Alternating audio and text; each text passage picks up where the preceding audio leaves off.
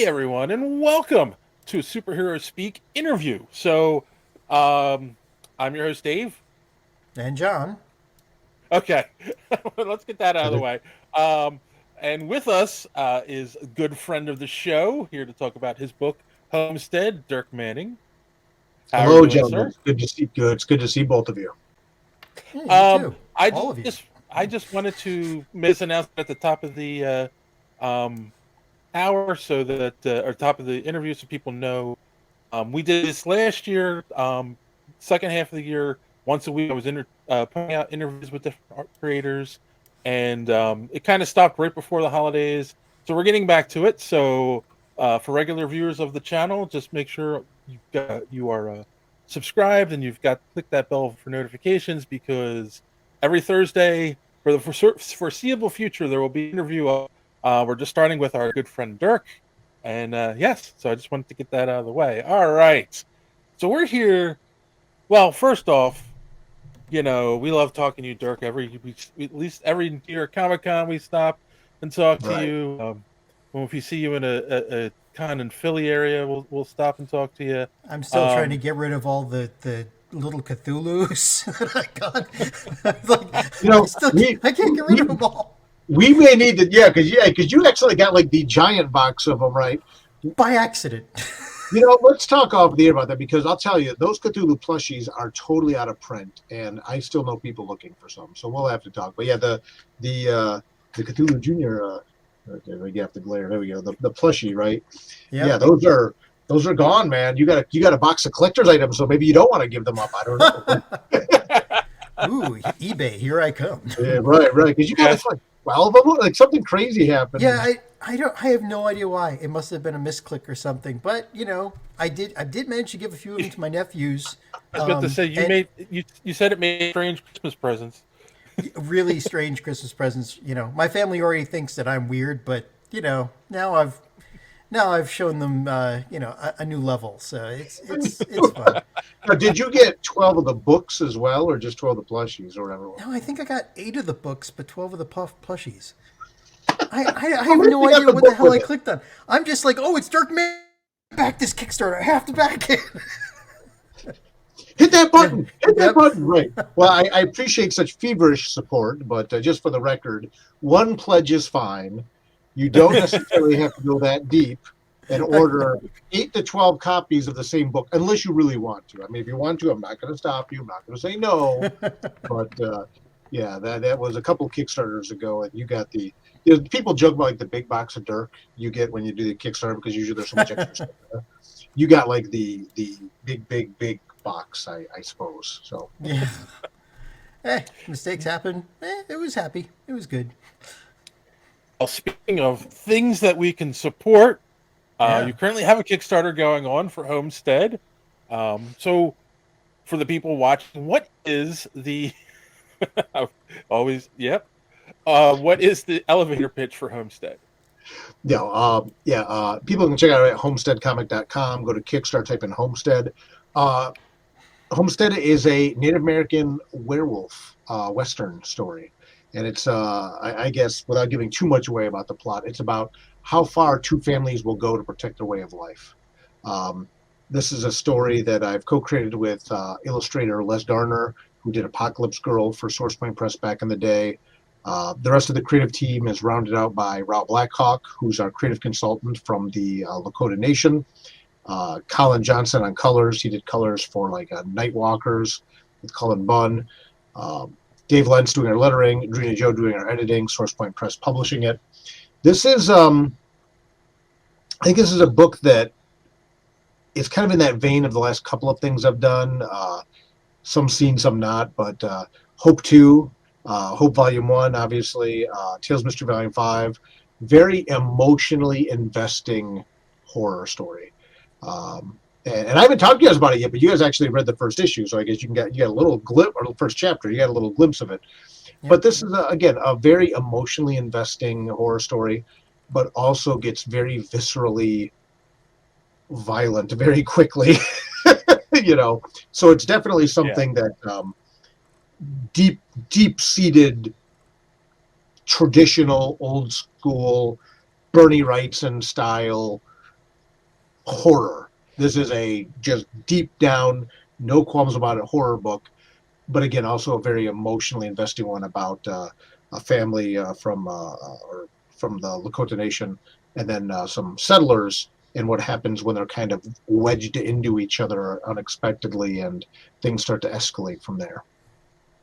Um, and actually, that actually is a question I had when I was reading this because I wasn't sure.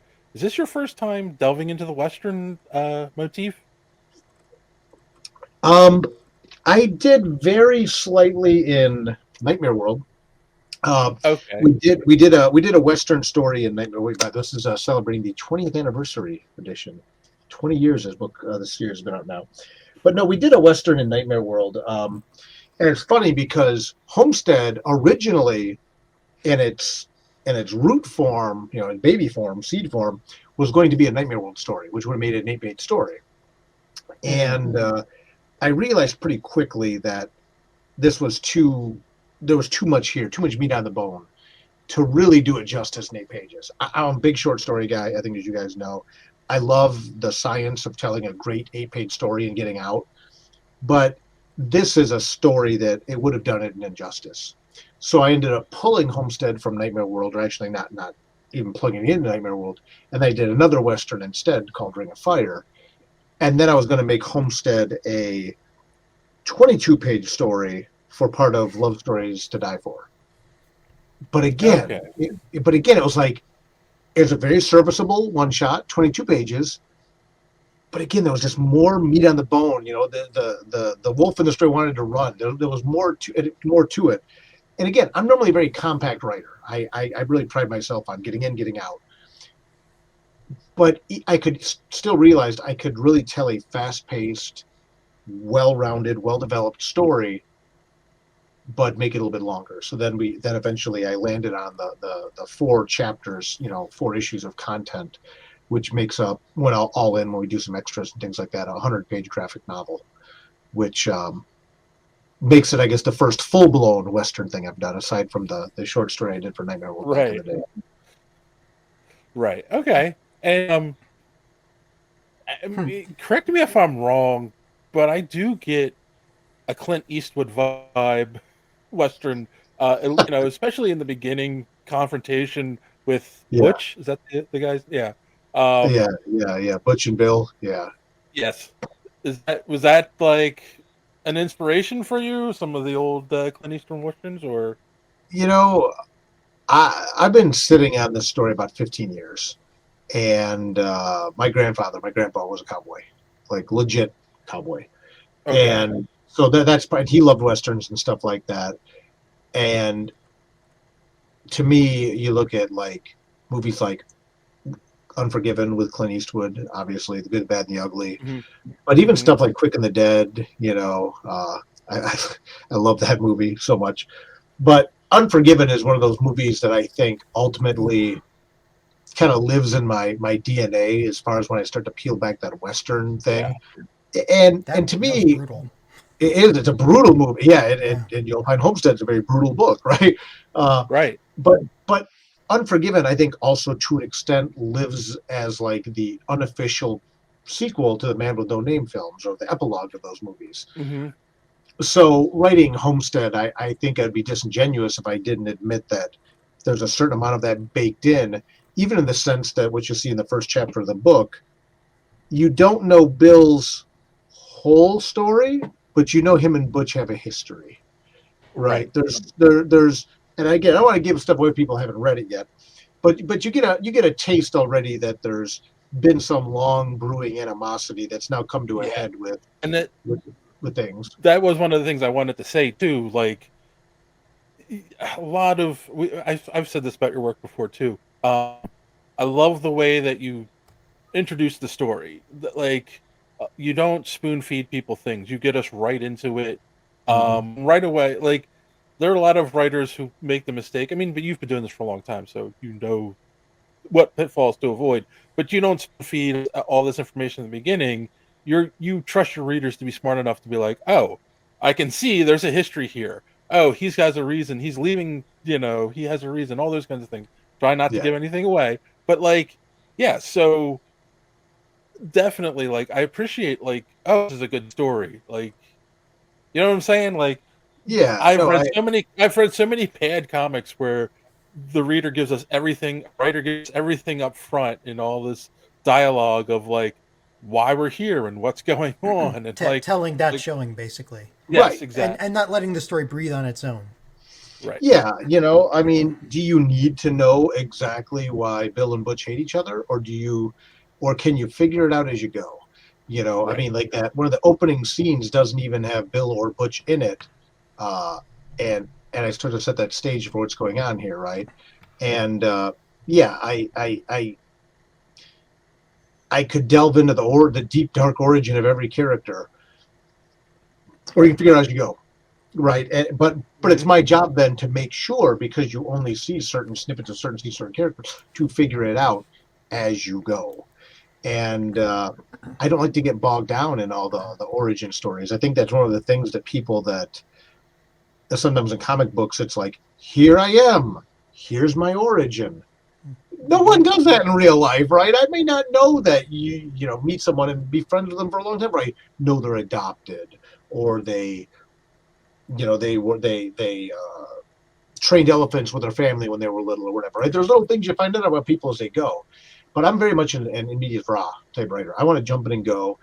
I do have an obligation as the writer to make sure. God, that sounds so pretentious. I'm sorry. I have an obligation as the writer. But you do, right? Yeah, I mean, you have an obligation as a writer to make sure that people can build the context that they need to build to pick up the dynamics of what's going on. Right. And we see this as well with Akasita and Maka, the Lakota primary characters, two of the primary Lakota characters as well. Even at the end of the first chapter, it's like, okay, you got enough an idea of what Maka's priorities are here, and we get into chapter 2 and you learn a little bit more, but it's like, let's get to the part where werewolves start showing up and things start going off the rails, right? That's what the cover of the book is. It's a big giant werewolf, because that's what we're going to Mhm. get to. And that character development is important, but I like what you said, John, about how show don't tell, right? You'll the characters' actions will show you what they're about. How they interact with people will show you what they're about, and I think it makes it a lot more of a dynamic, exciting read. Well, Yes. it's nice to let the audience draw their own conclusions about some of the characters and some of the things they're saying, and that gives you a chance later to either, you know, twist the whole story on them, or or at least it lets them be more involved, because it's, I don't know, it goes back to like Spielberg and Jaws, right?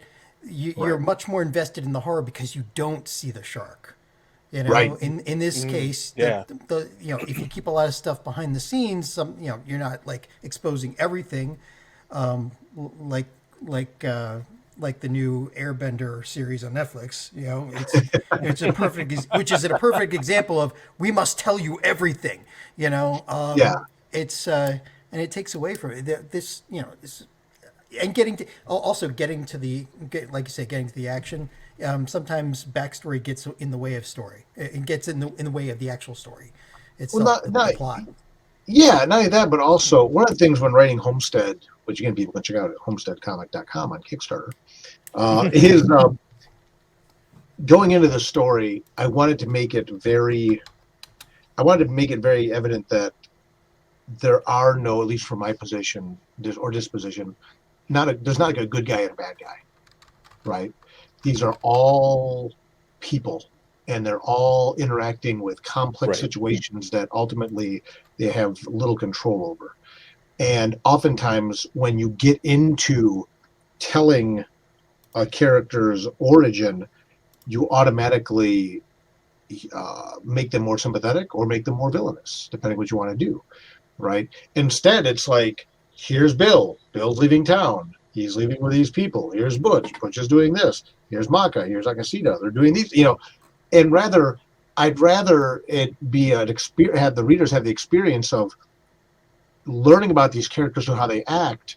Then as we start to find out more about them, that inform that might, you know create more nuance and even change the opinions. It's like Breaking Bad, right? And I hope this isn't a Breaking Bad spoiler at this point for everyone. But talking to people about that show, I love asking a question. At what point did you realize you were rooting for the bad guy? Right? Because, Walter Oh, White starts off as a very sympathetic character, and then you kind of Yes. rooting for him. But it's like, I think a lot of people who watch that show have a different point where they realize, oh, crap, I'm rooting for the bad guy. Like, Right. he's not. And then you look back, what happened? At what point did he turn bad? And you realize, he's kind of been bad for a while. It was like the second episode, he melted someone in a tub with lye or whatever. But I think that creates that experience in the storytelling that allows that takes the readers on much more of a journey through the book. And then you combine that with what we're doing with Homestead, with a lot of werewolf action and things like that, and a horror story, and hopefully people that are familiar with my work, they're going to expect a certain quality, a certain pedigree of writing, and a certain pedigree of art, which they're going to get in this as well through Les as his art, and it's going to be a ride. I tell people this is a story that's going to tug at your heartstrings and then rip your heart right out. Yeah. and Yeah. it's the story that gives you a lot of leeway for subverting people's expectations, because the the the issue with eminent domain and the Indians back in the day, I mean, it made villains and heroes of everybody. Like, you never, you don't know who to root for, because they're both right in one way or another in certain cases. I mean, Yeah. it's everything's going to be a surprise. Well, it's a mess, right? And that's one of the reasons I brought Raul Blackhawk in, to be my creative consultant, but also my cultural consultant, because I wanted to make sure that I was representing the culture of the Lakota properly. I did years and years, over a decade of research on this, but there were still things like nuances. The hardest part, there's not the hardest part, the scariest part for me was giving him the scripts. Like, okay, you go, like, here I am, middle-aged white guy from the Midwest. Here you go. Yeah. This is about characters in your culture, and he loved the story. He loved the story. But then, if he was here with us, he would be the first one to tell you. It was like some of the language that I attributed to the Lakota was gibberish, because it's stuff I got off the internet. And even though I had 10 years of research behind me, spoiler, a lot of the true Lakota language is not on the internet. Yeah. Yeah.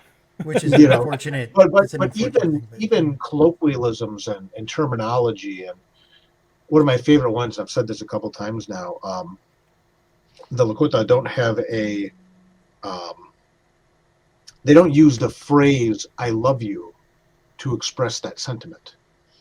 The way they say it is, or the translation would be, "I will suffer for you." Yeah.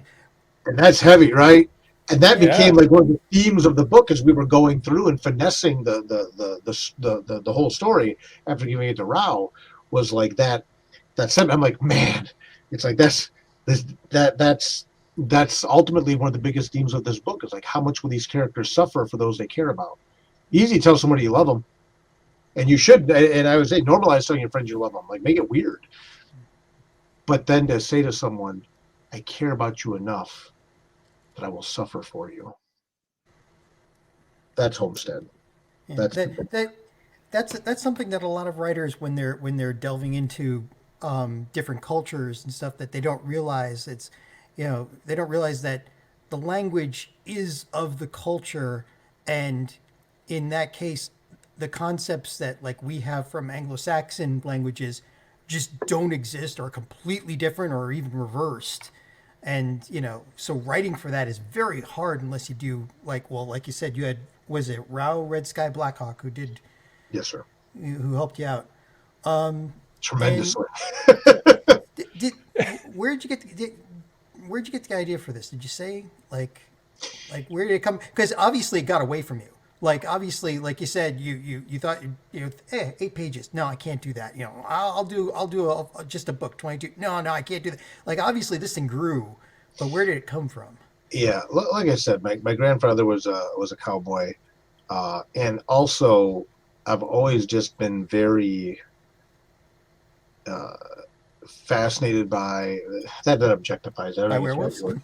word. Yeah, well, yeah, werewolves are fun, but I've always been very invested and very appreciative of Native American culture, which I know again there's many facets to Native American culture, Yeah. and really started delving into that more and more.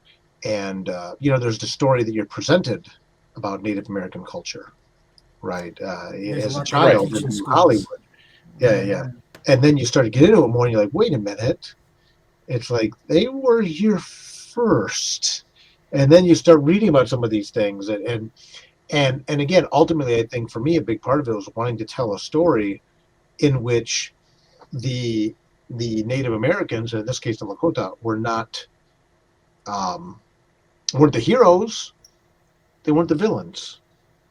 I wanted to tell a story that really encapsulated the circumstantial nature of what's going on with the Homestead Act when the U.S. government, like I said, just started giving land to retired soldiers. Like, yeah, go take that land out there. That's fine.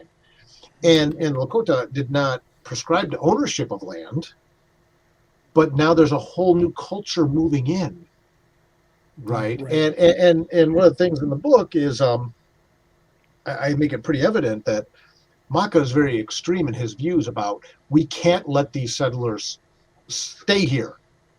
Even though we're on land, we let one come in, they're all going to Right. start coming in, and we're going to have major problems. Spoiler, Yeah, he was yeah, right. Yeah. he's right. Yeah. So again, here's a guy who that I think traditionally in a lot of storytelling, again as a Caucasian, I would be looking at this. We often we presented like, oh look, the Caucasians were given this land, and then this radical Indian is trying to drive them out. No, it's that the this particular member of the Lakota tribe was very keenly aware of the fact that this presented a very threatening force to the way of life of his people, because the way that our values as settlers did not align to their values, and not that one was necessarily right or wrong, but rather it was going to cause the destruction of something, Right. right? And that's what the story becomes about, is how far are we going to do, and how far are both families going to go to prevent the destruction? Because again, Bill can't go back, right? He's like, Right. the government Burn these gave me this bridges. land. Yeah. I'm here now with my this new family. I'm here with a new family. I gotta stay. I can't go back. You're the first chapter. Like I this is it. Yeah. And I fought for my country, and this is where I need to be. But then conversely, it starts to amp up pretty tremendously from there. So But the basis of the story, just like it's amazing how a lot of times fiction writers are actually truth tellers. Like right, you're presenting a much better point of view or vision of what the actual how do I say this? It's kind of hard. What the actual conflict was mm-hmm. back then and the reasons on both sides, which is something a lot of people don't get. We don't teach that in Yeah. schools. We don't teach it. So, and you and many writers, usually, through research, if they're really serious about it, usually come up and give us a lot more truth than the actual fiction that we're reading, Well, I appreciate that, because even when you look at some of the other works like Hope, which I know you're both huge fans of as well, Hope is telling truth about a lot of situations in society Yeah. through a book about a superhero. Or Tales of Mystery. When I started Tales of Mystery in 2006, and the idea that it's not that people didn't know that the demons were real, because everyone lived through a 3-day invasion of demons, but that everyone thought the demons were gone when they're really not. Then you fast forward 2020 with COVID. It's like that idea that Mr. Ree would have been ostracized for embracing a truth that everyone knew was real but wanted to deny was supposed to be like a Kafka-esque satire in a way, almost. But again, it's one of those things. I'm like, this was supposed to be fiction. right? It wasn't supposed to be this way, but here we are. Franz Kafka said, "Was it the nakedness of man when faced with the absurd?" That was the one of the underlying tenets, the themes of Mystery. With Tales of Mystery was, what do you do when you're the one guy that knows the truth, but no one else, everyone else in society just denies it. Yeah. And then Yeah. I find myself pitching this book post 2020, and people start saying, like, so this is about COVID, right? With monsters instead of a virus. And I'm like, kind of, I guess, but I started it in 2006.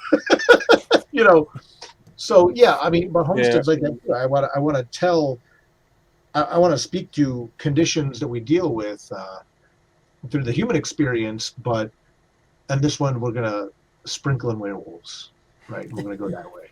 Well, you got it. You have to. I mean, So what is the you have the Kickstarter going, just so people know, this pre-record, when it goes up, it'll be 10 days left on the Kickstarter at that point. Yeah. So what your plan is, like, after the Kickstarter, obviously, and sending it out, like, is that, are you done with this story at that point, or do you have plans to do more with it?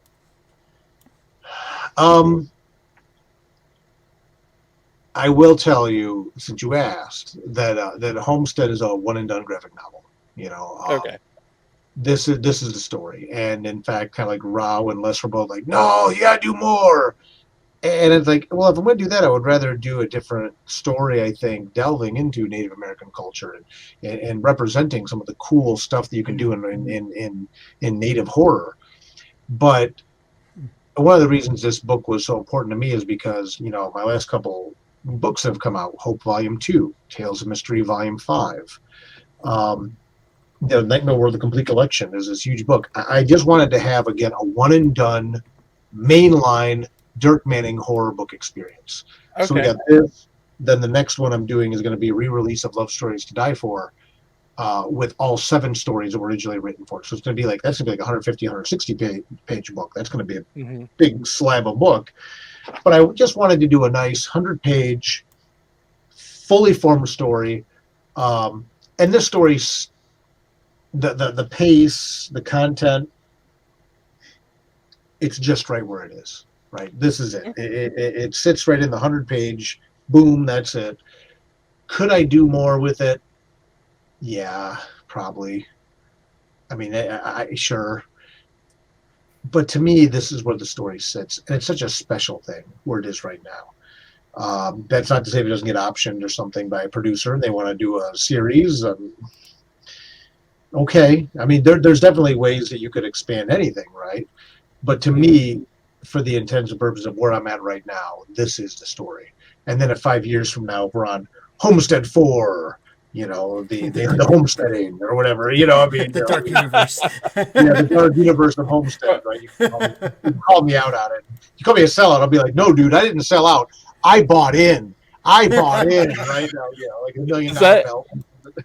I guess that's why then you released it all in one book as opposed to doing like 4 issues, right? Because then there's no people going, "Oh, those issues are great. When's the next issue coming out?" You can say, "No, this is a one and done story." Okay. Well, and the other thing is, to be honest with you, man, pragmatically, I've always tilted towards doing graphic novels for my releases anyway, because that's how I consume most of my reading. There are some books that I buy in periodicals, but I love buying graphic novels. I mean, you can see in my office, I'm surrounded by graphic novels. That's my preferred reading method. But in a pragmatic sense, the last couple of years, paper prices have skyrocketed and things like that. And it's just, the industry has changed directly. And I find myself leaning more and more into issues. Oftentimes become a loss leader for a book. And my people that read my work historically tend to wait for the trade anyway. And when I have dabbled in doing issues, the idea has been to pick up new readers, to give them a price point in my work where they can pick something up for $4 or $5 and check it out. But then I'm talking about $4 or $5 for a single issue. I would rather charge, $20, 20, the whole thing. Or you do the Kickstarter, $30, $35. You get the limited edition hardcover with, we've unlocked as of right now 8 stretch goals. So if you buy the hardcover through the Kickstarter, you get free US shipping. You get the hardcover edition of the book, which is Kickstarter exclusive. We're going to make it print to order, and that's it.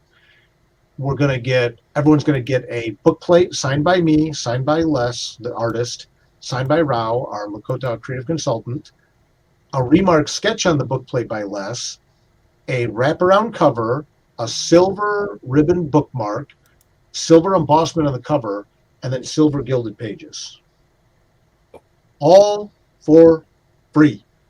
And only if you get it on the Kickstarter at homesteadcomic.com or go to Kickstarter and type in Homestead. The link is also in the description, people, so you can just try to make it as easy as possible. But to me, like, I want people to be able to just pick up the book and read it, and there it is. It's like a movie, right? You take a movie and you're like, oh, I just want to watch this movie. You put it in and you watch it. You pick up the book and you read it. And then down the road through SourcePoint Press, we're going to distribute the book, through Simon & Schuster and things like that. And there'll be the trade paperback edition. But if you want that fancy hardcover version, or you want to get like the little werewolf mini bust with it, or you want to get the shirt with it, or you want to get the statue with it, or the original art.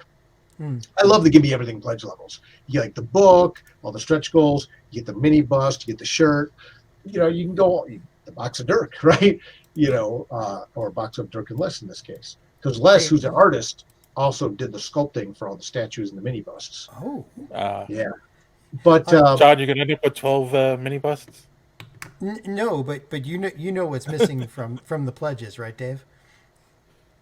Oh, well, it's a little late for that. This is a done deal, but I know. He wants the level where you kill him off in the book. I love pledges where I get to be killed. Yeah, I do that. I tend to do that in Tales of Mystery. I almost did it in this book, but I did not for reasons that will become evident when you read it. That's fair enough. I'll leave it at that. I did something in this one that you can have like a character named after you in the prose story in the back. But okay. Yeah, and I know, because that's the thing, like, who would love to get ripped apart by a werewolf in a book? That'd be amazing. But I'll just say it. I know you like it's your story, so like if it's appropriate, it's good. If it's not, then I'm sure fun. But it would have felt like too much of a gimmick for what this book is about. There you go. You know what I mean? Tales of Mystery, it's fun. We can draw people in as victims of vampires or demons or werewolves or whatever. It's a different animal, no pun intended.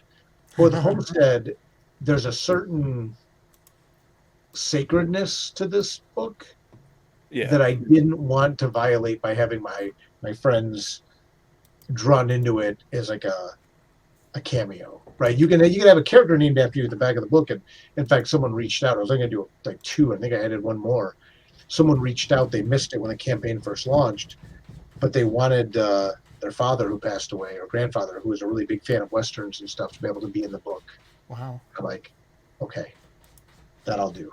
I'll make that work. I'll get him in. We'll get him in. So that's why I didn't do it on this one. But there'll be upcoming chances to get killed all over again, John. Don't worry. Stuff like that.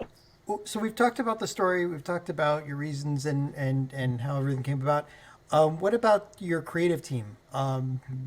Like you said, the artist also did the busts as well. Like, that's Les Garner did the busts. He did the statues.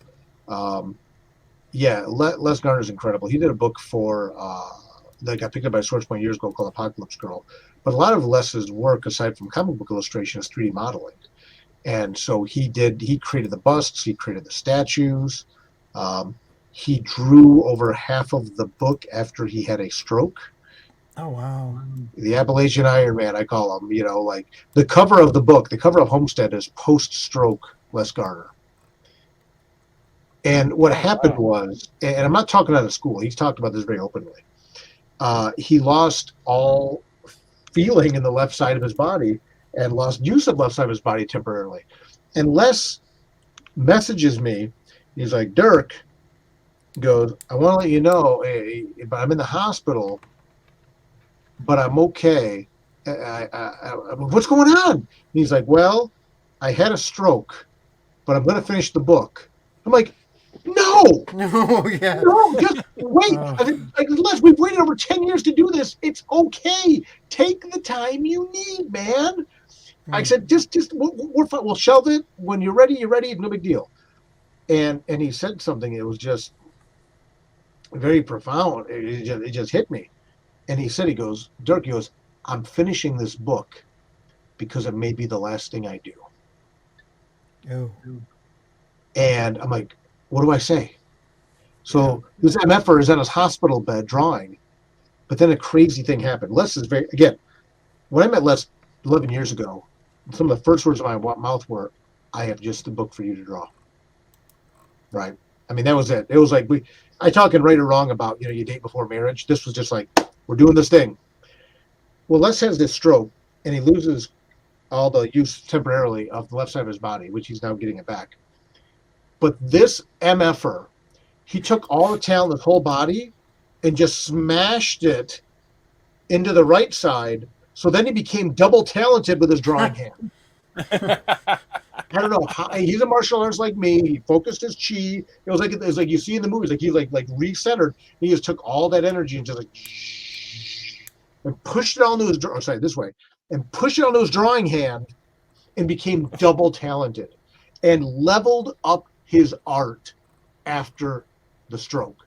So like the pages you see on the Kickstarter page, those interior pages, that's post stroke Les Garner art. And his art style is perfect for a Western. Yeah, he is incredible. He's the Appalachian Iron Man. He's a country guy at heart too and stuff like that. So when I told him it was a Western werewolf book, he's like, 10 years ago, 11 years, he's like, when do we start? I'm like, get Apocalypse Girl done. I got a couple things to get done. We're going to get there. I was still kind of, putting this all together and getting the pieces in place. But our creative team is incredible. Les on the art, Rao Blackhawk is our creative consultant. Colin Johnson's colors are absolutely stunning. Dave Lentz is one of the best letters in the game. I always tell people about editor Drina Joe. I started getting nominated for all my Ringo Awards, and like all the accolades I've had in my career are after I finally had Drina start editing my work. She's incredible. And then working with Source Point Press is just a blast. They've been they put out some great books. They're looking to really kind of revitalize their brand moving forward here, and it's really a confluence of events that brought us all together at the right time to do this book exactly the way it was always meant to be. Okay. And you have what's your plans, your next book that you have coming out? What do you have planned? Anything you can share? Yeah, I'm actually working into 2025 right now. So next one after this, after Hope Volume 2 ships, my goal moving forward with these Kickstarters is after the campaign ends to get the books in people's hands in about 100 days. So it's like the 100-day guarantee is what I'm looking to try to do. Right. So by the time Hope Volume 2, after Hope Volume 2 ships, we're going to do the Kickstarter for my next book, which is a reprint of Love Stories to Die For, which was an anthology of 5 different one-shot stories that were kind of like too big for Nightmare World. But this is going to be 7. So it's going to be the 2 brand new 22-page stories that have never seen print before. We'll get those illustrated. Also, that's one of the only books I've done that have never been released in a hardcover. So we're going to fix that. We'll do a Kickstarter exclusive hardcover for, we're rechristening the book Love Stories About Death, which was the original name. That gorgeous Nia Ruffino cover. I'll tell you guys because we're friends. I'm thinking about like jumping in and just releasing all the stretch goals at once and doing like a shorter campaign. Like 13-day campaign, like, oops, all marshmallows, Lucky Charms, right? Here's everything. No. Well, we'll see where I land on that. So that will be this summer. And then this fall, we're doing the graphic novel adaptation of London After Midnight with Lon Chaney Estate. Oh. So the lost horror film London After Midnight. A lot of people know the image of the guy with the top hat and the fangs and the sunken eyes. Amazing that I'm getting to. I've got to write the graphic novel adaptation based on the screenplay of that. That'll be in October, February. I can't say what it is yet, except for that it's with a New York Times #1 best-selling horror writer. Yeah, it's really exciting. and the Okay. book's fully illustrated already, and I can't talk about it, and it's killing me. But we'll get there. And then after that, we'll be looking at Tales of Mystery Volume 6 and some other stuff from there. So, yeah, just plugging right along, moving right along, and just keeping the trains moving. Got a lot of good stuff coming up next year. Cool. All right. And I mean, yeah, we should be wrapping this up. So I'm sorry. where's the Right? Yeah, best? we could talk all day if we get going. I Really apologize. could. Yeah, yeah. No. Where's the best people? Where's the best people? Where's the best place for Where people are to the best follow you people? They online? aren't. The best For people you, are right for them, here. where can the best people follow you online? There you go. If you're amongst the best people and want to stay in touch with me, just at dirkmanning.com, Facebook, Instagram, God help me, even Twitter X, at Dirk Manning. Dirkmanning.com is my website. You can find me there. Just look for the avatar of the guy with the top hat and the scarf. That's me. Yes. And yeah, that's kind of where I hang out. I've done limited stuff with the TikTok. I'm not a video person, so it's just trickier for me. But Facebook, Instagram, and then some stuff on Twitter, and then your Blue Sky and Threads and all that. Just add Dirk Manning is where you'll find me all over the place. But Yeah. if I may, I want to ask you guys a quick question. Okay. I know we're going a few minutes over, but if you don't mind, you are some of the only people to read the first chapter of Homestead, and I would love to know, for all the viewers out there, what you guys think of the first chapter? Honestly, I have not asked you yet. Lay it on me transparently. No, honestly, I was praising in the beginning. Like I meant it. It's really well written. You suck people in right away, and I love that. Like what's going on? Why is this guy moving? Why like it's just it's really good. I love it. Yeah. I mean, as soon as we get off of here, I'm gonna put my pledge in. Don't worry. So. Oh no, I don't. Actually, I'll tell you the truth. I never look at who's pledging during the whole campaign.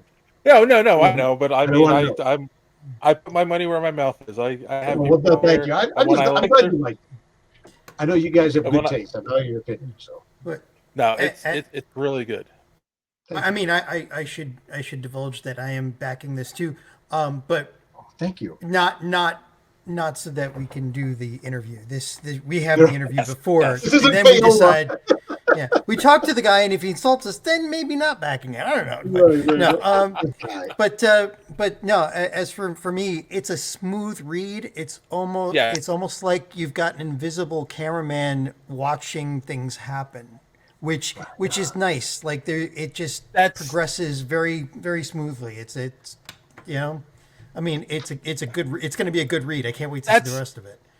That's the point I was trying to get at the beginning, and everything is. You understand the visual aspect of a comic book very well, right? Yeah. I mean, I'm sure you have a lot of trust in your artist, but like you lit a lot of the story tell through the imagery as well, and it's brilliant. It's really good. Oh, so. Thank you. Well, again, comics are a visual medium, and that's why it's important to find the right artist. And Les was the right artist for this, hands down. Yes. And I can't wait for you guys to see what's coming next in it. So thank you. I appreciate the kind words. I appreciate your support and everyone else out there. Yeah, check it out. All the details are on the page. We'll probably unleash some round 3 stretch goals here in the next day or two, because I just can't help myself, and much to my publisher's chagrin, I'm like, no, more free stuff. But they're like, then the more people pledge, the more you have to give away. Like, I don't care. This is my thank you to everybody. Thank you for supporting the book. You get more free stuff. So yeah, check it out. And I have to say, check out your old. If anybody's listening, check out his old Hope stuff too, because the Hope series is really good. It's one of my favorites. So thank you. I think as you continue to read Homestead, you'll find a lot of similarities. And when after you guys get to read all of Hope Volume 2, and then read all of Homestead, I would love to well, they'll probably be October at that point, right? We'll be able to, chop it up a little bit, and you can see some of the parallels there and how these books kind of complement each other in different genres and things like that. But that's all I'm going to say for now. All right. So I'm gonna end on the question we always end on, because I can't help myself. Right. And you always have good answers. How do you measure success? You know, and it always changes every time you ask me this. Mhm. I think with Homestead, this book particularly, I will be measuring success on very much the reaction of the book after it's out. Um, and if people read this book, and if it gets them here, if it gets them in the heart, this is a obviously as a writer, you always want to get an emotional response out of people. But I really hope that with Homestead, we change, we broaden, we expand dispositions, emotional dispositions, intellectual dispositions, and we really impact how we interface with each other. That's how they'll know that we were successful with this book, because this is not a book about good guys versus bad guys.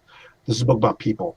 And I think in today's culture more than ever, it's very easy to other people, to villainize people, to to position ourselves as the good guy, and that person is the bad guy. And my hope is that this Homestead will be successful if we get people to step back from that and realize that we're all people and we're all part of this big collective human experience. And that's how I'll measure success on this one. So we'll find out maybe the next time or two we talk here if we're starting to get there. All right. Yes, everyone's the hero in their own story, right? Yes, sir. Well, yeah, All even right. the villains, but Well, on that, boys and girls, thanks to Dirk for hanging out with us. And as Thank you for always, having me. don't let your kid caught in the door. We'll see you next time.